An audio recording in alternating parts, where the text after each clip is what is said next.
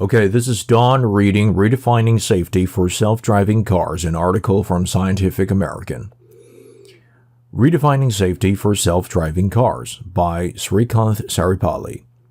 Even when autonomous vehicles are doing everything they're supposed to do, the drivers of nearby cars and trucks are still flawed, error-prone humans.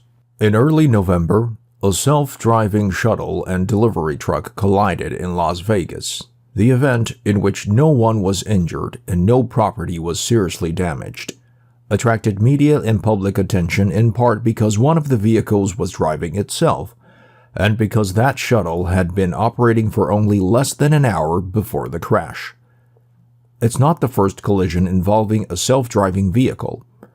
Other crashes have involved Ubers in Arizona, a Tesla in autopilot mode in Florida, and several others in California. But in nearly every case, it was human error, not the self-driving car, that caused the problem. In Las Vegas, the self-driving shuttle noticed a truck up ahead was backing up, and stopped and waited for it to get out of the shuttle's way. But the human truck driver didn't see the shuttle and kept backing up.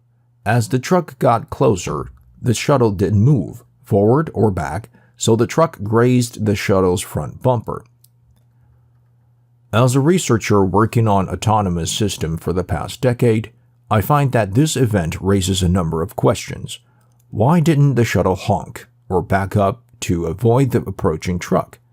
Was stopping and not moving the safest procedure? If self-driving cars are to make the roads safer, the bigger question is, what should these vehicles do to reduce mishaps? In my lab, we are developing self-driving cars and shuttles. We'd like to solve the underlying safety challenge. Even when autonomous vehicles are doing everything they're supposed to do, the drivers of nearby cars and trucks are still flawed, error-prone humans. How crashes happen? There are two main causes for crashes involving autonomous vehicles. The first source of problems is when the sensors don't detect what's happening around the vehicle. Each sensor has its quirks. GPS works only with a clear view of the sky. Cameras work with enough light. LiDAR can't work in fog, and radar is not particularly accurate. There may not be another sensor with different capabilities to take over. It's not clear what the ideal set of sensors is for an autonomous vehicle, and with both cost and computing power as limiting factors, the solution can't be just adding more and more. The second major problem happens when vehicles encounters a situation that the people who wrote its software didn't plan for, like having a truck driver not see the shuttle and back up into it. Just like human drivers, self-driving systems have to make hundreds of decisions every second, adjusting for new information coming in from the environment. When a self-driving car experiences something it's not programmed to handle, it typically stops or pulls over to the roadside and waits for the situation to change. The shuttle in Las Vegas was presumably waiting for the truck to get out of the way before proceeding, but the truck kept getting closer. The shuttle may not have been programmed to honk or back up in situations like that, or may not have had room to back up. The challenges for designers and programmers is combining the information from all the sensors to create an accurate representation, a computerized model of the space around the vehicle. Then the software can interpret the representation to help the vehicle navigate and interact with whatever might be happening nearby. If the system's perception isn't good enough, the vehicle can't make a good decision. The main cause of the fatal Tesla crash was that the car's sensors couldn't tell the difference between the bright sky and a large white truck crossing in front of the car. If autonomous vehicles are to fulfill humans' expectations of reducing crashes, it won't be enough for them to drive safely. They must also be the ultimate defensive driver, ready to react when others nearby drive unsafely.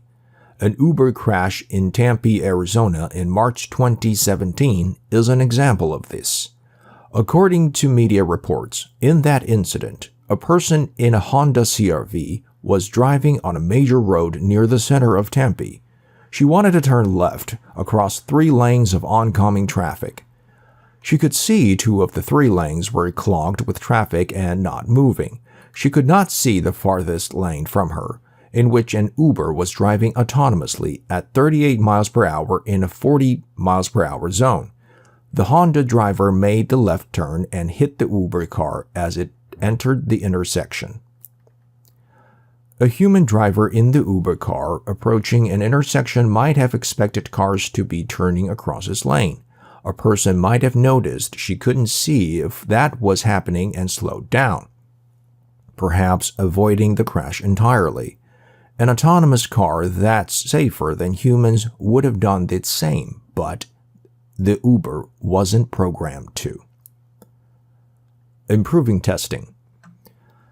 That Tempe crash and the more recent Las Vegas one are both examples of a vehicle not understanding the situation enough to determine the correct action. The vehicles were following the rules they'd been given, but they were not making sure their decisions were the safest ones. This is primarily because of the way most autonomous vehicles are tested. The basic standard, of course, is whether self-driving cars can follow the rules of the road, obeying traffic lights and signs, knowing local laws about signaling lane changes, and otherwise behaving like a law-abiding driver. But that's only the beginning. Before autonomous vehicles can really hit the road, they need to be programmed with instructions about how to behave when other vehicles do something out of the ordinary. Testers need to consider other vehicles as adversaries and develop plans for extreme situations. For instance, what should a car do if a truck is driving in the wrong direction? At the moment, self-driving cars might try to change lanes, but could end up stopping dead and waiting for the situation to improve. Of course, no human driver would do this. A person would take evasive action, even if it meant breaking a rule of the road, like switching lanes without signaling, driving onto the shoulder, or even speeding up to avoid a crash. Self-driving cars must be taught to understand not only what the surroundings are, but the context. A car approaching from the front is not a danger if it's in the other lane, but if it's in the car's own lane, circumstances are entirely different. Car designers should test vehicles based on how well they perform difficult tasks like parking in a crowded lot or changing lanes in a work zone. This may sound a lot like giving a human driving test, and that's exactly what it should be if self-driving cars and people are to coexist safely on the roads.